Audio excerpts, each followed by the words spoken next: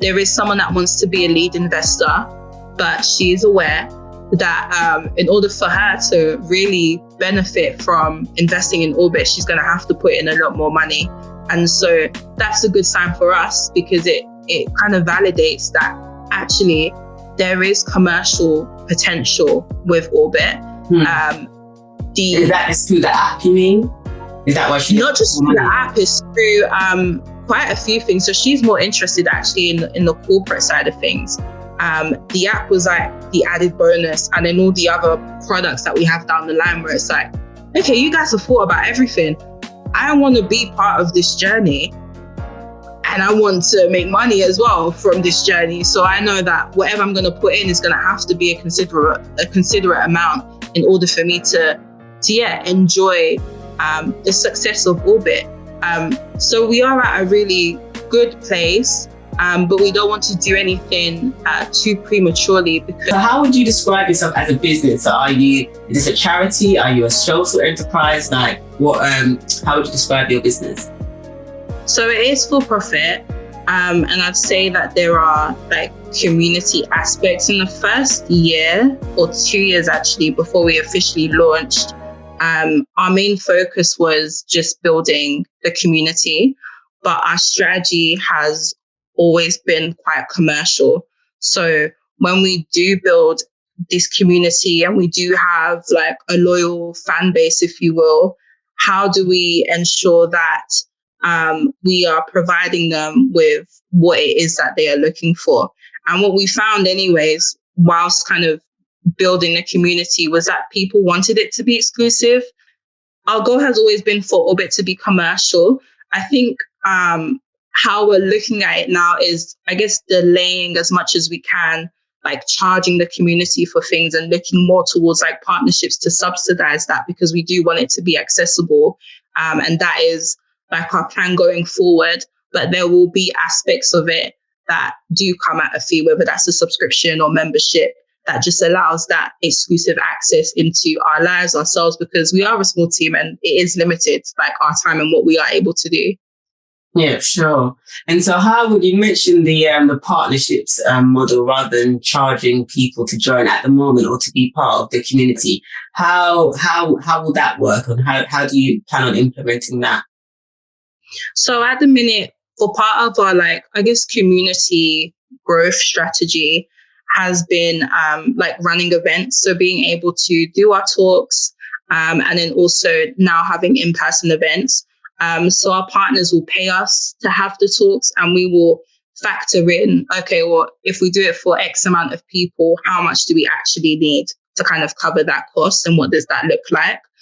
Same with the events. If we're to now move from doing it for a small group of people to a larger group of people, how much do we need to cover the cost of whether it's ticket prices or whatever target that we have? And then how much do we ask for from our partners? So that's kind of how we're factoring it in. With the membership, it would still be factoring it in, but it wouldn't be as much as kind of where it is now. Because memberships kind of be like unrestricted funds, and then partnerships will be quite restricted because it goes towards different aspects and parts of the business. Right, sure. Okay, I see. And so, Shanice, do you think that the model, so the partnerships model, do you think that is a great way for Orbit to be able to scale, or do you want to scale? Is that the plan? Yeah, we absolutely want to scale. In terms of partnerships, that is not necessarily going to get us to where we want to get to, but it will help with the journey. Also, like I was saying, it's about being accessible. And in order for us to continue scaling and growing, and also growing that community, we don't just want to target a specific, whether it's demographic or working middle class or working class, whatever it is. We want it to be accessible for absolutely everyone. So the partnerships are a great way to do that, but we also need to be able to get funds to properly grow. So whether that's, speaking with corporates and going down that line and seeing what we can do with that aspect, or getting funding so that actually we can, or being invested in, so that myself and Brenda can actually do this full time and dedicate the time we need, so that we can effectively grow the community, so that we can actually give our time to it properly. We are being able to scale properly. So partnerships are part of the way, but they won't get us to scale in the way that we want to. So partnerships for us act as a way to show traction to investors that actually, hey, look, these are the brands that are interested in what it is that we're doing.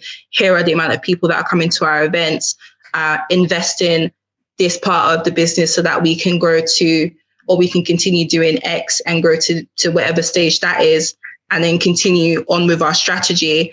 But partnerships isn't going to be like our sole business model. Like, there are products that we have in the pipeline, and other things as well. Do you want to share any organizations who you have approached for funding? Or say definitely for any Black founders, Korea have a fresh fund that they do. Okay. They've got their fresh fund if you are a Black founder. I know is it We Me 360 also have some funding available with the Base Bank. But that's more if you're in the creative industry. I'd say Hatch Enterprise also do pitching competitions where people can get some funding, and also have programs where you can apply for grant funding. So they're definitely out there. Those are the ones I can remember off the top of my head. Shanice, where can people find Orbit if they need to? Where are you? Socials, everything? Instagram, Twitter, @BecomeOrbit. Check us out.